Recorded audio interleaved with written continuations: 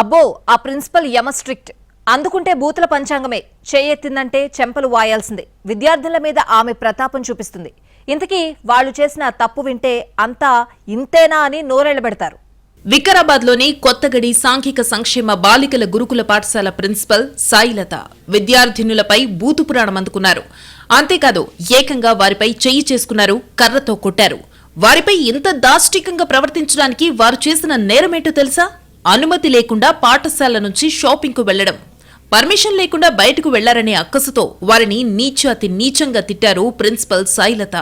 ఈ విజువల్స్ ఇప్పుడు సోషల్ మీడియాలో వైరల్ గా మారాయి. దీంతో గత నెలలో ఈ బడి పై నుంచి ఓ బాలిక దూకిన ఘటన మరువక ముందే సాంఘిక సంక్షేమ బాలికల గురుకుల పాఠశాల మరోసారి వార్తల్లోకెక్కింది.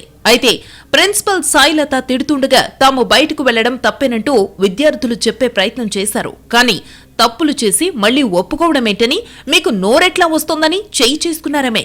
ఓ విద్యార్థినిని పలుమార్లు చెంపదెబ్బలు కొట్టిన ప్రిన్సిపల్ ఆ బాలికపై నోరు పారేసుకున్నారు. ఈ తతంగం మొత్తం కూడా విద్యార్థుల తల్లిదండ్రుల ముందే జరిగిందే.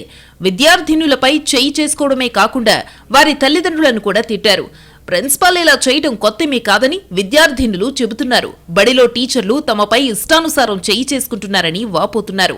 తమను దండించేందుకు ప్రిన్సిపల్ ప్రత్యేకంగా కర్రలు తెప్పించారని చెబుతున్నారు.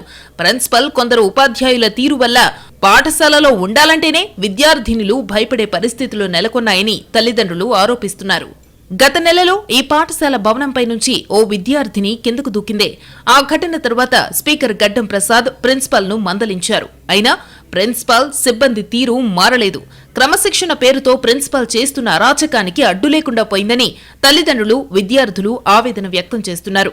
ప్రిన్సిపల్ పైన చర్యలు తీసుకోవాలని కోరుతున్నారు.